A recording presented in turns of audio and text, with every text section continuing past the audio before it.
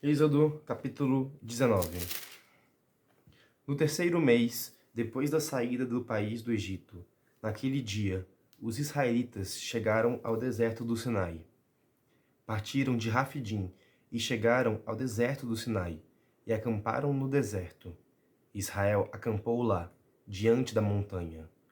Então Moisés subiu a Deus, e da montanha Yahvé o chamou e lhe disse: Assim dirás à casa de Jacó, e declararás aos israelitas: Vós mesmos vistes o que eu fiz aos egípcios, e como vos carreguei sobre asas de águia, e vos trouxe a mim. Agora, se ouvirdes a minha voz, e guardares a minha aliança, sereis para mim uma propriedade peculiar entre todos os povos, porque toda a terra é minha. Vós sereis para mim um reino de sacerdotes, uma nação santa. Estas são as palavras que dirás aos israelitas. Veio Moisés, chamou os anciãos do povo e expôs diante deles todas essas palavras que Yahvé lhe havia ordenado. Então todo o povo respondeu: Tudo o que Yahvé disse, nós o faremos. E Moisés relatou a Yahvé as palavras do povo. E Yahvé disse a Moisés: Eis que virei a ti, na escuridão de uma nuvem, para que o povo ouça quando eu falar contigo, e para que também creiam sempre em ti. E Moisés relatou a Yahvé as palavras do povo. Yahvé disse a Moisés: Vai ao povo, e faze-o santificar-se hoje e amanhã. Lavem as suas vestes, estejam prontos depois de amanhã, porque depois de amanhã Yahvé descerá aos olhos de todo o povo sobre a montanha do Sinai. E tu fixarás os limites da montanha, e dirás: Guardai-vos de subir a montanha, e não toqueis nos seus limites. Todo aquele que tocar na montanha será morto. Ninguém porá a mão sobre ela. Será apedrejado ou flechado, quer seja homem, quer seja animal. Não viverá. Quando soar o chifre de carneiro, então subirão a montanha. Moisés desceu da montanha e foi encontrar-se com o povo. Ele o fez santificar-se e lavaram as suas vestes. Depois disse ao povo: Está preparado para depois de amanhã, e não vos chegueis à mulher. Ao amanhecer, desde cedo, houve trovões, relâmpagos e uma espessa nuvem sobre a montanha, e um clamor muito forte de trombeta. E o povo que estava no acampamento pôs-se a tremer. Moisés fez o povo sair do acampamento ao encontro de Deus, e puseram-se ao pé da montanha. Toda a montanha do Sinai fumegava, porque Yahvé descera sobre ela no fogo. A sua fumaça subiu como a fumaça de uma fornalha, e toda a montanha tremia violentamente. O som da trombeta ia aumentando pouco a pouco. Moisés falava e Deus lhe respondia no trovão. Yahvé desceu sobre a montanha do Sinai, no cimo da montanha. Yahvé chamou Moisés para o cimo da montanha e Moisés subiu. Yahvé disse a Moisés: Desce e adverte o povo que não ultrapasse os limites para vir ver Yahvé, para muitos deles não perecerem. Mesmo os sacerdotes que se aproximarem de Yahvé devem se santificar, para que Yahvé não os fira. Moisés disse a Yahvé: O povo não poderá subir a montanha do Sinai, porque tu nos advertiste, dizendo: Delimita a montanha e declara-a sagrada. Yahvé respondeu: Vai e desce. Depois subirás tu e Arão contigo. Os sacerdotes, porém, e o povo não ultrapassem os limites para subir a Yahvé, para que não os fira. Desceu, pois, Moisés até o povo e lhes disse. Bem, então, esse capítulo tem algumas coisas bem legais. Eu só queria falar uma coisa que eu percebi nesse finalzinho, que eu achei interessante, que ele fala sobre que os sacerdotes, para se aproximarem de Yahvé, primeiro tem que se santificar para Yahvé não os ferir. Mas no final ele fala que não é para os sacerdotes se aproximarem, só Moisés e Arão. Então eu pensei, sim, quando eu falo de sacerdotes aqui, acho que uma mensagem que a gente pode tirar é a questão que a gente só vai se aproximar mesmo de Deus, enquanto povo sacerdote, né? Depois da nova aliança, né, com Jesus.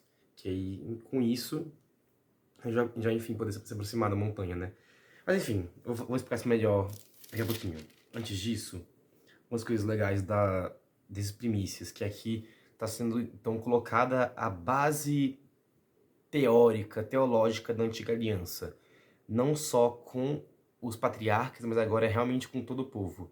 Se enquanto em Abraão a gente tinha uma aliança bem mais simples, de Deus pessoal com ele, que o critério que tinha para que fosse cumprida era a circuncisão, aqui a gente vai ter uma aliança bem mais complexa, que de tão complexa vai ocupar o resto do livro do Êxodo e boa parte dos 3 livros subsequentes. Então, é uma coisa que até me desmotivou um pouquinho para gravar os vídeos, porque eu sei que vencer essa parte agora o resto do Pentateuco vai ser um pouco chato, mas faz parte. A vantagem é que o que não foi interessante a gente vai passar um pouquinho mais rápido mesmo, talvez alguns vídeos sejam só leitura, imagino eu. Mas talvez não, porque vai ter muita coisa importante para se explicar da lei judaica, talvez, ou pelo menos se comparar com o que não se é mais feito e o que foi transformado pela nova aliança, enfim. Quando ele fala, né, que sereis para mim uma propriedade peculiar entre todos os povos, porque toda a terra é minha, e vós sereis para mim um reino de sacerdote, uma nação santa. Isso é algo que só se cumpre ainda mais perfeitamente na nova aliança. Até porque, pela nova aliança, todos nós batizados somos sacerdotes, né? Lembrando do tipo caráter do batismo, né? Que todos somos sacerdotes, profetas e reis. Então, isso aqui vai se cumprir perfeitamente após o batismo. E é o que somos, né? Deus nos chama a santidade junto com ele. Ele chama todo o seu povo à santidade e a gente fala assim, né, da multidão que Deus irá salvar, da multidão que será santa junto com ele, por causa da aliança. Ok. E acho que a última coisa assim, que eu queria falar da importância desse episódio é toda essa questão da montanha sagrada como um lugar fechado, um lugar que não é para o povo se aproximar ainda. O povo ainda precisará ser santificado. E o que vai santificar o povo para se aproximar é o sacrifício de Jesus. Pelo sangue derramado dele, a gente vai, enfim, estar pronto para se aproximar da montanha e ver a Deus. A gente tem alguns episódios no Antigo Testamento, né? Desde a sarça ardente, que Moisés fecha os olhos para não ver a Deus. E aqui que só Moisés e Arão vão subir a montanha e o resto do povo não. Que estão mostrando assim que o povo ainda não está pronto para estar na presença de Deus. E aí, então, com o Monte Tabor, Jesus vai se fazer a... Cara, que seja o tema agora? Tá, eu vou ter que editar e botar aqui na tela aqui a palavra certinha, que eu não lembro o nome.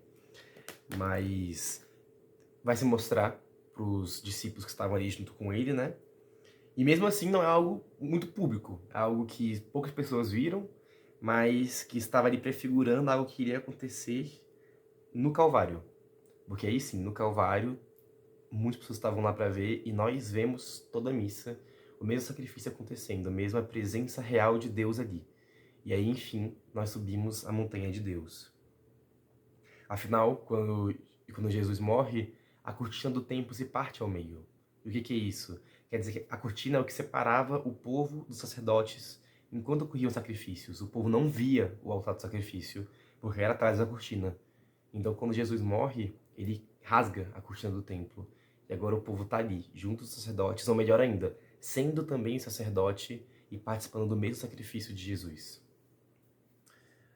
Ah, não, tem uma última coisa também, que, claro, de todos os eventos geológicos que a gente via falando até agora no Êxodo, tem umas coisas históricas bem legais, assim, da gente conversar, um pouco teorizar, um pouco que faz sentido, um pouco que é meio nada a ver, mas que, na época, na Península Arábica, tinha-se vulcões em atividade.